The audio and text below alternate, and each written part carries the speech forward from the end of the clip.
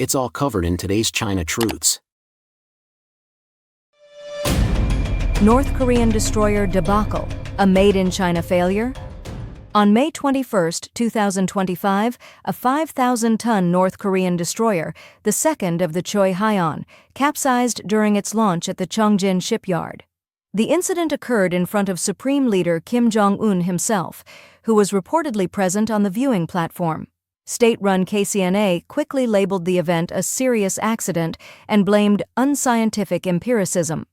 Satellite imagery taken by Maxar Technologies confirmed what the regime tried to obscure. The vessel lay twisted, its stern submerged in the harbor, its bow stuck on the slipway, and its superstructure draped under blue tarps. The symbol of North Korea's naval resurgence lay crippled in plain sight.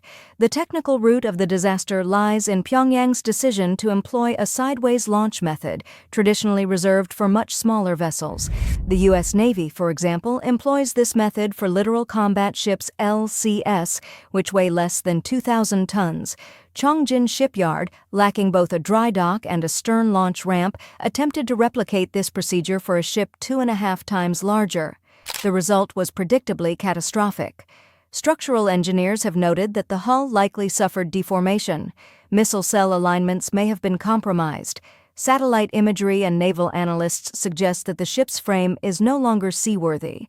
The Chongjin catastrophe echoes past failures by other authoritarian regimes that substituted political urgency for technical preparation. In 2013, a Chinese Navy corvette capsized during trials due to improper ballast configuration. In 2016, another Chinese vessel suffered a launch failure blamed on platform misalignment. In the aftermath, the geopolitical implications reverberated beyond North Korea. Japan's Ministry of Defense reportedly increased aerial surveillance along the Sea of Japan. South Korea's Joint Chiefs of Staff conducted emergency assessments. According to sources familiar with U.S. Indo-Pacific Command briefings, were held on potential gaps in regional naval power should North Korea accelerate its shipbuilding schedule despite clear safety and design concerns.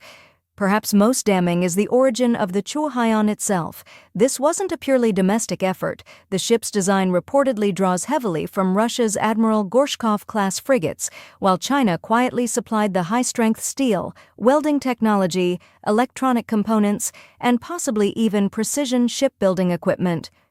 What North Korea unveiled was not just its own engineering, but the result of a three-nation military pipeline. This cobbled-together destroyer symbolizes the weakness of authoritarian military-industrial coordination. It was assembled in North Korea, engineered in Russia, and equipped with Chinese components, none of which could function cohesively under real-world stress. The result? A billion-dollar embarrassment that sank not just steel, but strategic credibility. China's stolen wings: how the J-20 became a paper raptor. Get the right price. We have to get the right price. On May 15, 2025, President Donald Trump made headlines during a roundtable in Doha by accusing China of stealing the design of America's F-22 Raptor. "China copied our F-22, but they won't copy our engines," he remarked, spotlighting the stark resemblance between China's J-20 stealth fighter and the Lockheed Martin masterpiece. The statement was more than political showmanship.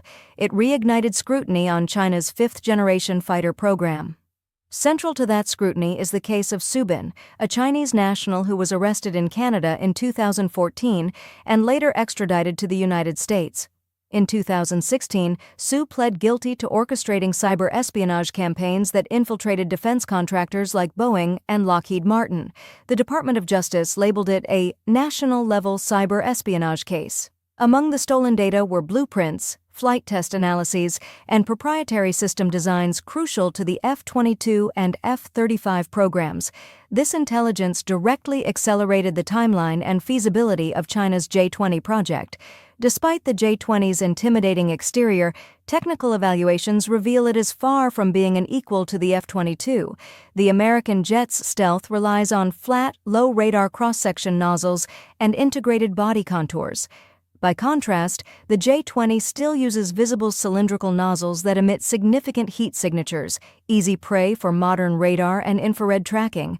While the F-22 achieves supercruise speeds over Mach 1.8, the J-20, powered by the older WS-10C engine, barely sustains Mach 2, all while consuming more fuel and sacrificing agility.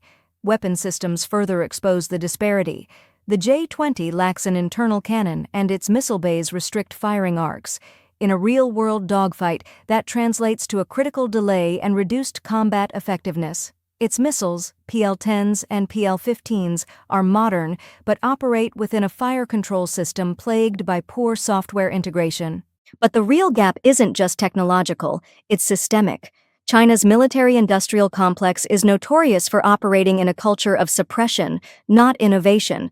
Engineers are penalized for identifying design flaws. Pilots fear retribution for reporting system errors. This is a stark contrast to the U.S. model. American pilots regularly provide feedback that leads to rapid software updates, system refinements, and even redesigns. Consider the F-35 program. Despite its rocky start, it has seen action in Syria, Iraq, and across Eastern Europe. Each sortie feeds data back into an improvement loop that strengthens future performance. The J-20, by comparison, has never seen combat, never joined a multinational drill, and never operated in coalition warfare scenarios. It exists more for propaganda than practicality. A U.S. intelligence official summed it up best in 2022. You can copy the crown, but you can't copy the throne. China may have built a stealth aircraft, but it hasn't built a combat-ready ecosystem. The J-20 is a paper raptor, flashy on the tarmac but shaky in the sky.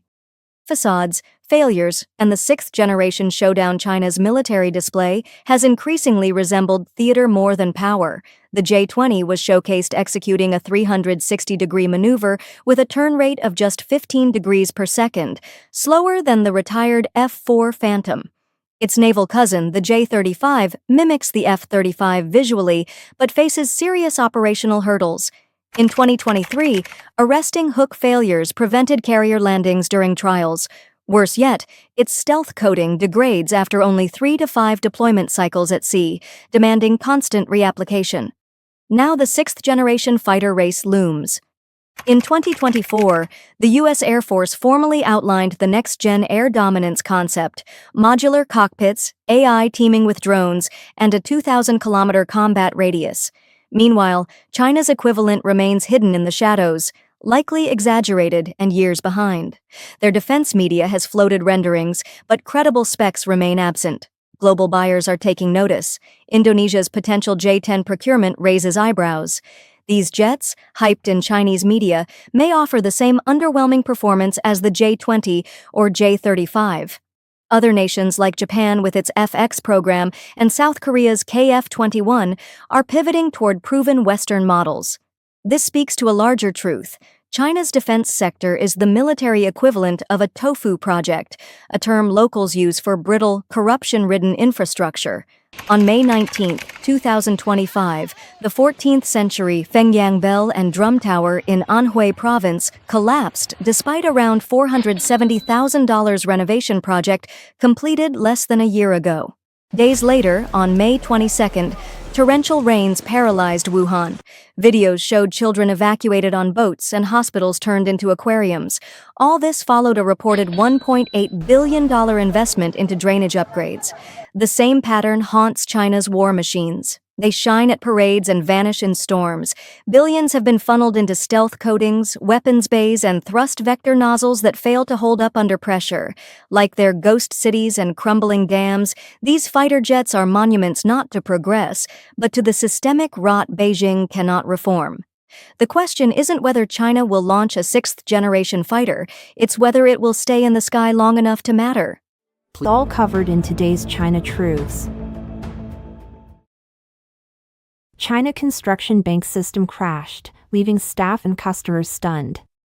Amidst the real estate industry's debt crisis aftermath, China's financial sector faces turmoil. Recently, Industrial and Commercial Bank of China and China Construction Bank encountered successive failures, sparking concerns of a collapse. On December 18, numerous internet users reported being unable to withdraw money from China Construction Bank, both online and offline. Users expressed concerns with statements like "not good," both branches collapsed, and shared anecdotes such as "a card unused for centuries suddenly needed today." A purported China Construction Bank staff member on Weibo claimed to be staring at customers with bewilderment.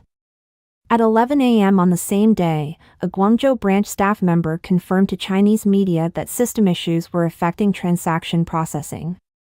On-site customers were advised to leave, and multiple branches recommended postponing transactions. Manual counters couldn't process cash withdrawals, and self-service machines couldn't handle account openings.